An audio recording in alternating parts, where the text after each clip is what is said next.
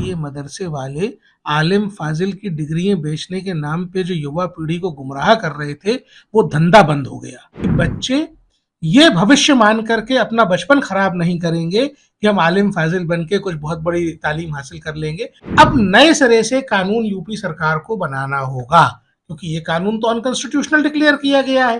अब जो है, जब कानून का अमेंडमेंट लिखा जाएगा और उत्तर प्रदेश की विधानसभा में वो कानून का अमेंडमेंट लाया जाएगा, मुझे पूरा विश्वास है कि उत्तर प्रदेश की योगी आदित्यनाथ जी की जो सरकार है, वो हिंदू बच्चों को दीनी तालीम लेने के मामले पर सख्त प्रतिबंध लगाएगी।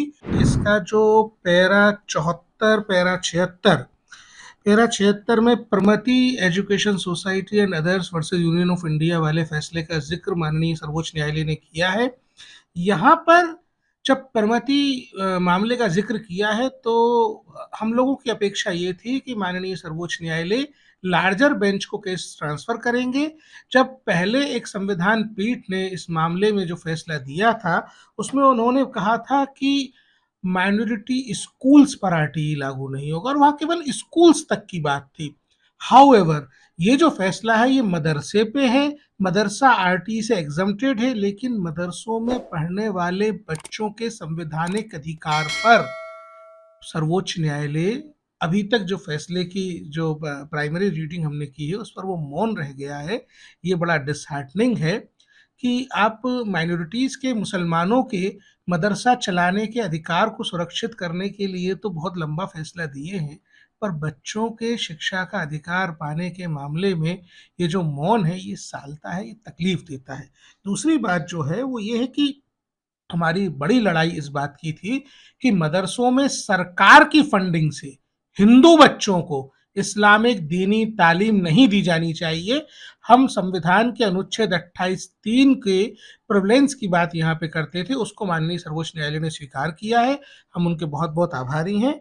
उन्होंने बड़े स्पेसिफिकली पैरा 86 में इस बात का जिक्र करके इसको स्थापित कर दिया है। पैरा 90 में इस फैसले में माननीय सर्वोच्च न्यायालय ने यूजीसी के एक्ट को प्रिवेलेंट किया है मदरसा बोर्ड एक्ट पे। बड़ी ही तसल्ली की बात है कि ये मदरसे वाले आलिम फाजिल की डिग्रियां बेचने के नाम पे जो युवा पीढ़ी को गुमराह कर रहे थे, वो धंधा बंद हो गया। तो सर्वोच्च न्यायालय ने ये कह दिया है कि आलिम फाजिल बनाने का काम जो है, ये इन कठमुल्लों का नहीं है, और ये बंद कर दिया है। इस बात की मुझे आत्मिक प्रसन्नता है, क्योंकि बच्चे ये भविष्य मान करके अपना बचपन खराब नहीं करेंगे कि हम आलिम फाजिल बन के कुछ बहुत बड़ी तालीम हासिल कर लेंगे। वो कोर्ट ने मना कर दिया है कि ऐसी कोई पढ़ाई कराना मदरसा बोर्ड के अधिकार क्षेत्र में नहीं है।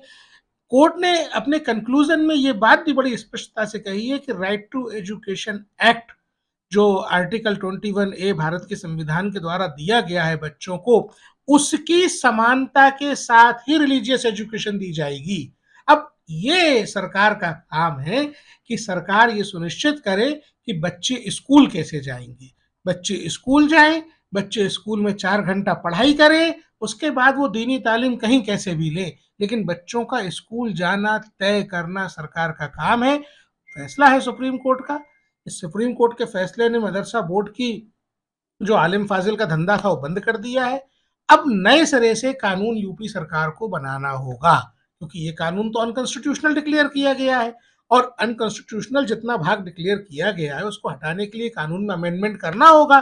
तो अब जो है, जब कानून का अमेंडमेंट लिखा जाएगा और उत्तर प्रदेश की विधानसभा में वो कानून का अमेंडमेंट लाया जाएगा, तो मुझे पूरा विश्वास है कि उत्तर प्रदेश की योगी आदित्यनाथ जी की जो सरकार है, वो हिंदू बच्चों को दीनी तालीम लेने के मामले पर सख्त प्रतिबंध लगाएगी। मुझे पूरा विश्वास है कि बच्चों को फंडामेंटल एजुकेशन मिले, बच्चों का शिक्षा का अधिकार सुनिश्चित रहे। इस अमेंडमेंट में अभी सुनिश्चित किया